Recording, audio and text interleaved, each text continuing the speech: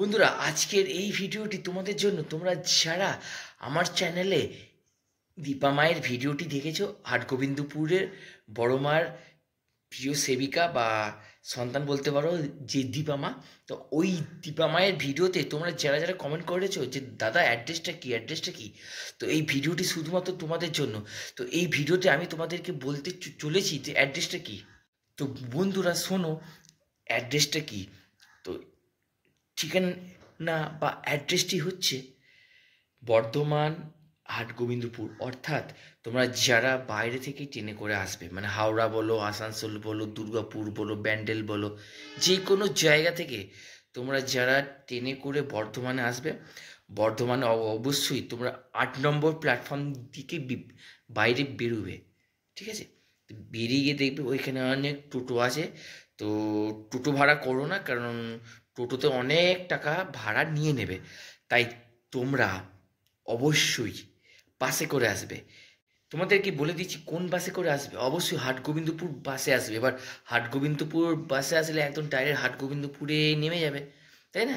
তো হাটগোবিন্দপুর নেমে যাওয়ার পরে দেখবে বাঁ হাতে একটা বড় মায়ের মন্দির পড়ছে। ওই মন্দিরটা কিন্তু না, ওই মন্দিরের একটু আগে, ধরো বাঁ দিকে বড় মায়ের মন্দির, ভালো করে আমার হাতটা দিকে লক্ষ্য করো, তাহলে বুঝতে পারবে।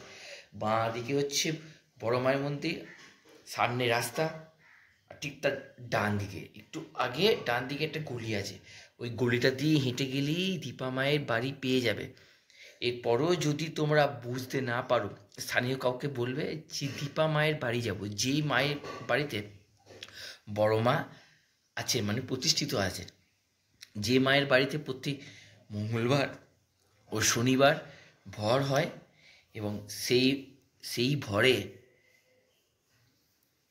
কোনো ভক্ত যদি মায়ের কাছে কিছু জিজ্ঞেস করে, মা সেই জিজ্ঞেস করার উত্তরে মা বলে দেন, অর্থাৎ সমস্যার সমাধান মা করে দেন। কীভাবে করেন না, যখন হয়তো ভর হলো, ভর হওয়ার পরে ঘটের মধ্যে মা মাথা ঠিকই হয়তো শুয়ে আছে, সেই হচ্ছে 1 টাকা দিতে হয়। মানে এই যেমন আমার এটা হচ্ছে বিছানা, ঠিক তেমনি ওইখানে 1 টাকা কয়েন দিতে হয়, দিয়ে বলতে হয় যে নামটা বলবে, দিয়ে বলবে এই সমস্যা দেখবে, আশা করি মা সমস্যা সমাধানের উপায় তোমাদেরকে বলে দেবে। তো অবশ্যই মনে বিশ্বাস আর ভক্তি দিয়ে আসো। আর অবশ্যই মনে বিশ্বাস আর ভক্তি যেন থাকে, কারণ যেখানে বিশ্বাস, যেখানেই ভক্তি জানবে, সেখানেই কিন্তু ঈশ্বর। আর আর এই দীপা মা বলো বা ওনাদের বাড়ির লোকরা বলো, ব্যবহারটা খুবই ভালো, সৎ মানুষ। ঠিক আছে? তো তোমরা যারা আসলে তোমরাও বুঝতে পারবে। ঠিক আছে?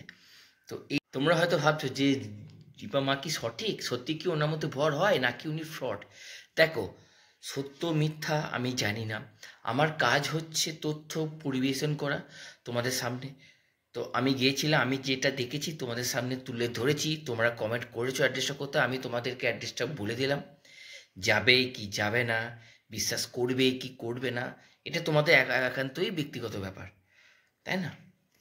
এই ছিল মোটামুটি একটা আপডেট। তাও বলছি হাটগোবিন্দপুর বাসে করে আসবে। এবারে তোমরা হয়তো নামলে, দিয়ে দিলে হাটগোবিন্দপুরের হয়তো বাসটা নেই, তখন হয়তো তোমরা কানলা যাচ্ছে সেই বাসেও চাপবে, দিয়ে হাটগোবিন্দপুরে নামবে, কারণ ওই রুটে সমস্ত বাস হাটগোবিন্দপুরে নামবেই।